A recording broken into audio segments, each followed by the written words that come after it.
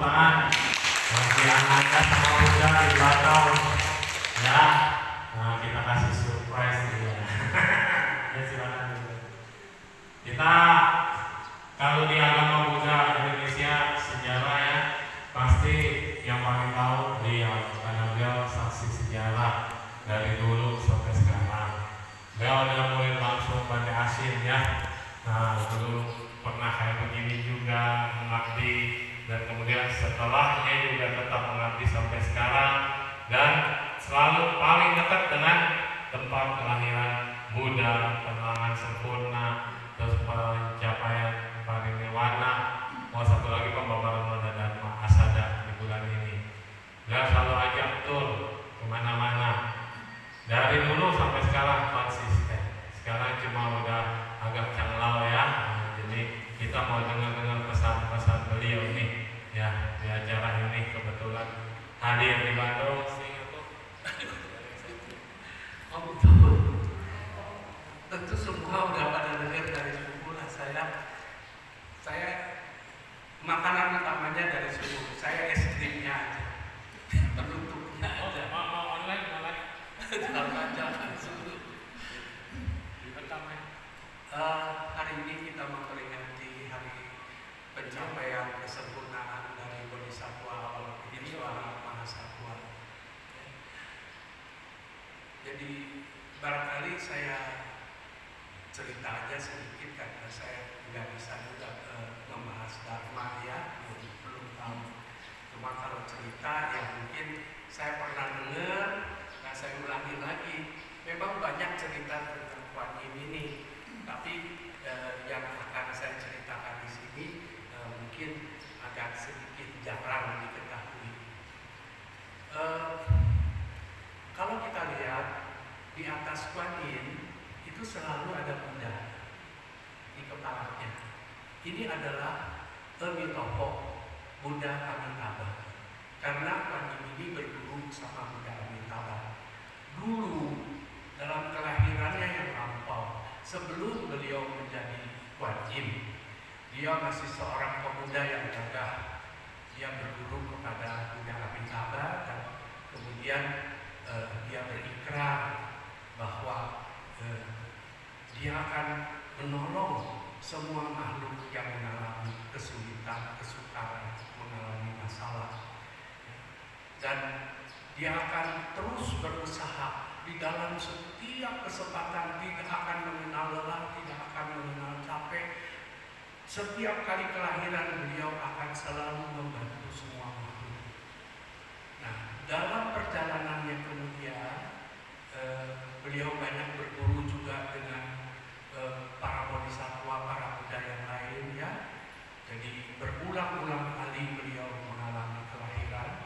Nah, dalam satu kelahiran itu akhirnya beliau bisa mendapatkan ilmu, kemampuan untuk mendengar semua makhluk, mendengar semua suara.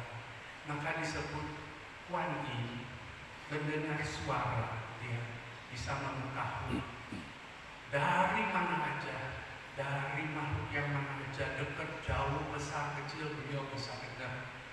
Nah, maka beliau semakin giat untuk menolong semua makhluk.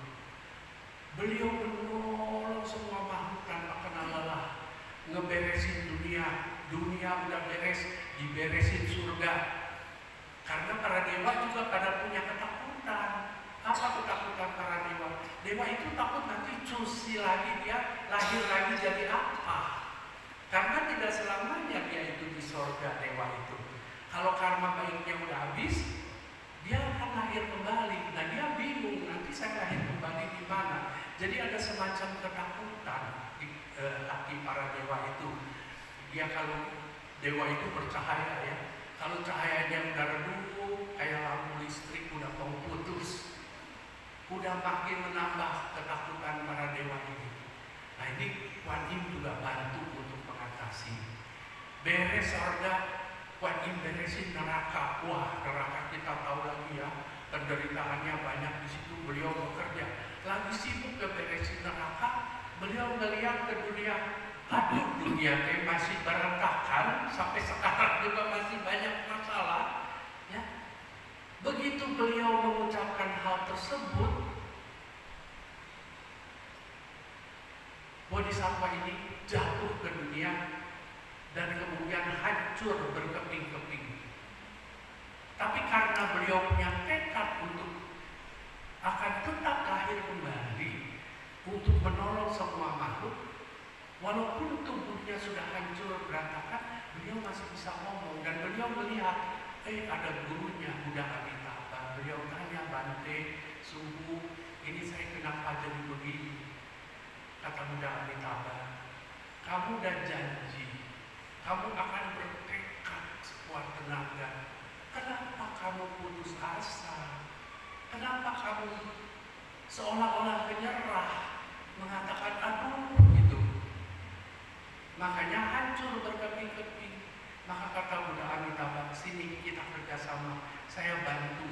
Dipungutin tuh tubuhnya yang hancur berkeping-keping, disusun balik. Disusun balik, ternyata itu tangannya itu jadi banyak. Nggak tahu udah dari mana ngambilnya, ditempel, tempel lagi, sampai jadi chainsaw Guanyin katanya. Makanya kita lihat ada Guanyin yang tangan 1000 tangan, 1000 mata, bisa melihat di mana aja, bisa nolong kemana aja. Ya, itu lambangnya seperti itulah kira-kira. Nah, jadi kita sudah melihat dua perwujudan Guanyin, satunya yang seperti biasa kita lihat di sini ada Amitabhanya, satu lagi adalah yang 1000 tangan 1000 mata. Kalau pakai penari jadi bagus ya, jadi indah. Tapi itu sebetulnya adalah melambangkan bagaimana usaha beliau untuk menolong kita semua. Nah, saya cerita seperti ini cuma sekedar untuk mengingatkan kepada diri sendiri dan juga mengingatkan kepada para ibu-ibu, bapak-bapak, punten, jangan mengeluh, jangan putus asa. Kita harus berjuang sekuat tenaga. Guanyin juga begitu. Ya, kita ambil contoh dari cerita yang tadi. Jangan mengeluh, jangan putus asa. Apalagi kita sekarang sudah punya pegangan. Kita punya Guanyin, karena beliau akan menolong semua masalah kita, semua persoalan kita. Ya, jadi nggak usah ragu-ragu, penuh tekad, penuh keyakinan. Namukan 1000 namukan 1000. Itu kita baca. Kalau enggak baca Om Mani Padme, boleh ya ya, boleh. Nah itu, ya. Jadi ini mah ditodong. Jadi saya juga nggak tahu. Saya seingat-ingat aja ini yang saya ingat mau ditodong. Kalau di India Guanyin ada peran. Ya, di India pada awal-awalnya itu seperti tadi saya bilang, Guanyin ini seorang pemuda. Maka di India dan juga di Jawa sebelum masa-masa awal, umumnya Bodhisattva Avalokitesvara ini digambarkan sebagai laki-laki. Begitu juga di Tibet sebagai laki-laki Cedersih. Tetapi kemudian seiring perkembangan zaman, ajaran ini kan menyebar ke Tiongkok. Kebetulan di Tiongkok itu sudah ada agama Tao yang memuja Niang-Niang, dan juga ada macam-macam. Dan orang Tiongkok merasa, aduh kalau cinta kasih ini kayaknya lebih pas kalau perempuan. Maka kemudian pelan-pelan bergeser dari laki-laki menjadi perempuan. Tetapi walaupun perempuan atau laki-laki sekalipun, ya, kita bisa melihat bahwa sebenarnya Guanyin ini tidak mempermasalahkan laki-laki atau perempuan. Kalau kita lihat dadanya rata, ya. Jadi nggak ada istilah oh Guanyin itu seperti ini, oh seperti itu. Beliau itu bisa menjadi apa saja. Kalau kita baca nanti sore kita baca mungkin ya, di situ jelas disebutkan. Kalau ada orang yang perlu ditolong oleh Buddha, Guanyin jadi Buddha untuk mengajarkan. Kalau ada orang yang perlu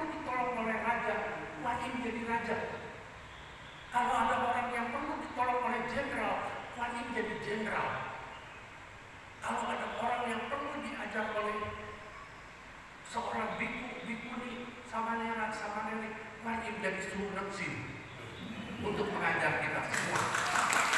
Ya, nanti bulan depan kan mau ulang dana, mau sembahyang foto ya.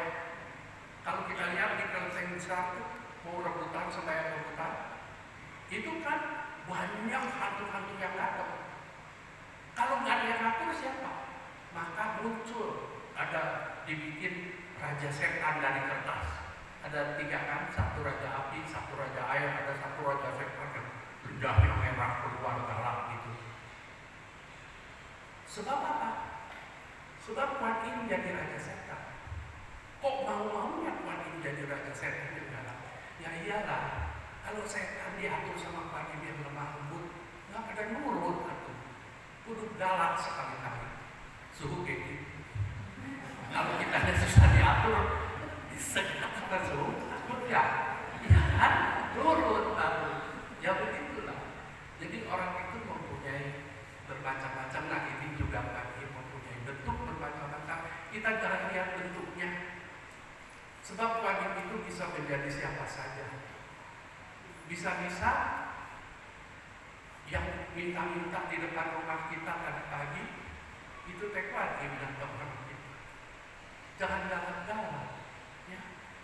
Kita ada hati baik mau berdana. Kita nggak mau berdana, udah jangan dibilang kamu mah masih gagah begitu, bukannya kerja tuh. Kalau kamu tangannya buntung, kakinya buntung, saya kasih gitu. Nanti kalau dia tarik tangannya, kakinya dia tarik potong sendiri, dosa nggak kita? Jangan. Mau kasih, nggak mau kasih jangan dicacat celah. Kita nggak ngerti masalah dia apa. Dia bilang, saya mau kerja, ibu mau terima saya kerja di rumah ibu. Belum tentu kita mau terima, ya nggak? Jadi kita jangan ngomong sama ngomong, biarin aja ngomong di Bandung, di lampu merah gede gitu. Ya, dia pada minta, mau kasih, nggak mau kasih udah. Ya, paling juga disuratin sama dia. Mobilnya bagus, orangnya pelit. Ya, begitu ya nama orang Bandung maklum, dah seniman Bandung. Sekap sakit itu, ya itu dan Maksudnya di Nepal, Tibet, Kuan Im kan cendersih. Tapi kalau di India, selama keliling India, peranan Kuan Im ada nggak di candi-candi atau di tempat? Ya, memang kita jarang melihat perwujudan Kuan Im di India malahan. Yang ada adalah di wihara-wihara, yaitu dalam bentuk kalau wihara Tibet ada Cendersi, kalau wihara Cungko ada Kuan Im. Ya. Tetapi kalau kita lihat lebih dalam lagi di Tibet atau di daerah-daerah Himalaya itu selain pemujaan terhadap Cendersik namanya, yaitu Kuan Im dalam bentuk laki-laki, seorang yang gagah gitu, ada juga pemujaan terhadap Dewi Tara. Karena katanya Dewi Tara ini adalah merupakan air matanya Cendersik, air matanya Kuan Im yang menetes dan kemudian menjadi kolam, dan Pancatathagata atau 5 Buddha ini memberikan sinar ke situ, ke danau itu, dan dari situ timbullah bunga teratai. Dari bunga teratai ini keluarlah yang namanya Dewi Tara. Dewi Tara inilah yang banyak dipuja sebagai unsur feminin dari Cendersik atau dari Avalokitesvara. Antara lain di Indonesia kita bisa melihat di Candi Kalasan itu dikhususkan untuk pemujaan kepada Bodhisattva Aryatara.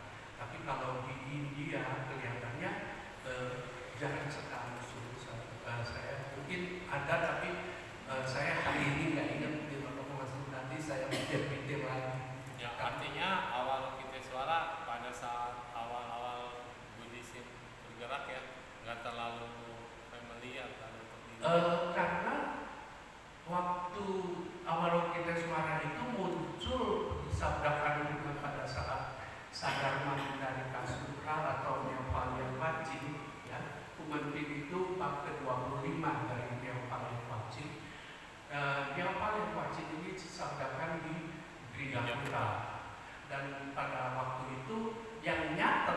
ini masalahnya orang India ini nggak rajin nyatet.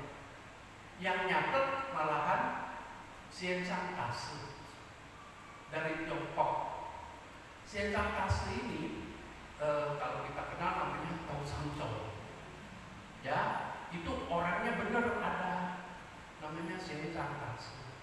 Beliau susah dari Tiongkok datang ke India belajar menyalin Miao yang Pacing, itulah yang dibawa ke Tiongkok dan mulailah ajaran mengenai Kuan Yin itu tersebar. Karena sebelum dari Sakarma Buddha Sutra ini belum disebut sama Buddha mengenai Avalokitesvara. Itulah yang pertama disebutkan mengenai Avalokitesvara. Nanti kita akan ketemu lagi di dalam Papa Ching atau Huayan Ching. Huayan Ching yaitu Avatamsaka Sutra. Ada bagian dari itu yang namanya Ganda Vyuha yang dituliskan juga di Borobudur, dilukiskan di Borobudur. Bagaimana pemuda Sudana ini kemudian pada salah satu dari perjalanan kehidupannya menjadi bodhisattva Avalokitesvara yang kita kenal. Karena beliau dengan penuh cinta kasih, ya, sehingga cinta kasihnya itu betul-betul tidak terbatas. Ya. Kalau di Ajanta Cave nggak ada juga. Ajanta ada. Ada Kuan Yin? Ada. Bentuknya ada, tapi kita nggak jelas apakah itu Kuan Yin atau bukan. Jadi masih ada lukisan. Lukisan di Ajanta itu selain di dalam gua-gua di Ajanta itu selain stupa, selain patung, juga ada lukisan di dinding gua. Dan di lukisan itu banyak bodhisattva-bodhisattva yang mungkin tidak terlalu kita kenal atau mungkin susah diinterpretasikan karena sebagian sudah pupus, sudah hancur. Tapi yang jelas ada seperti Vajrapani. Vajrapani juga kan Kuan Yin, cuma dalam bentuknya beliau memegang Vajra, atau Padmapani, Kuan Yin yang memegang bunga teratai. Jadi memang karena bentuk beliau ini banyak sekali, makanya justru sulit untuk kita mengenali. Ya, Jika Cing bilang kalau kita mau cari Buddha menurut bentuk-bentuk sesuai atau Buddha kita nggak ketemu. Ya, jadi jangan cari sesuai dengan dirinya. Ya, kita harus dengan penuh keyakinan hati nurani kita. Kalau kurang jelas omongan saja nanti suhunya nggak kemana-mana karena suhu. Ya berarti Avalokitesvara ini famosnya di Cungko kayak groto-groto ya kan, banyak Kuan Yin. Nah sama di Himalaya Tibet itu betul-betul baik Kuan Yin pusat. Ya orang Tibet itu memang sangat berbakti kepada Kuan Yin pusat, walaupun mereka menyebutnya dengan kata-kata cendersi. Ya. Tapi mantra Om Mani Padme Hum itu sama dari Tibet maupun di daerah Asia Timur. Karena bukan saja di Cungko, tapi juga kita kenal di Vietnam, di Korea, di Jepang. Di Jepang namanya lain, namanya Kanon. Bukan Kuan Yin, tapi Kanon. Ya, mereka karena bahasa istilahnya kalau di Korea namanya Kuan Em. Kuan Em. Ya, sama aja sih. Ya, yang penting niatnya hatinya. Ya. Oke. Oke, Nopo sih. Ya, terima kasih.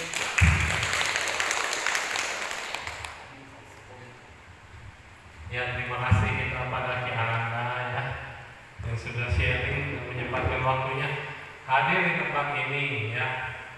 Beliau nanti mau lebih dekat lagi pas jam makan siang. Jadi sekarang kita turun.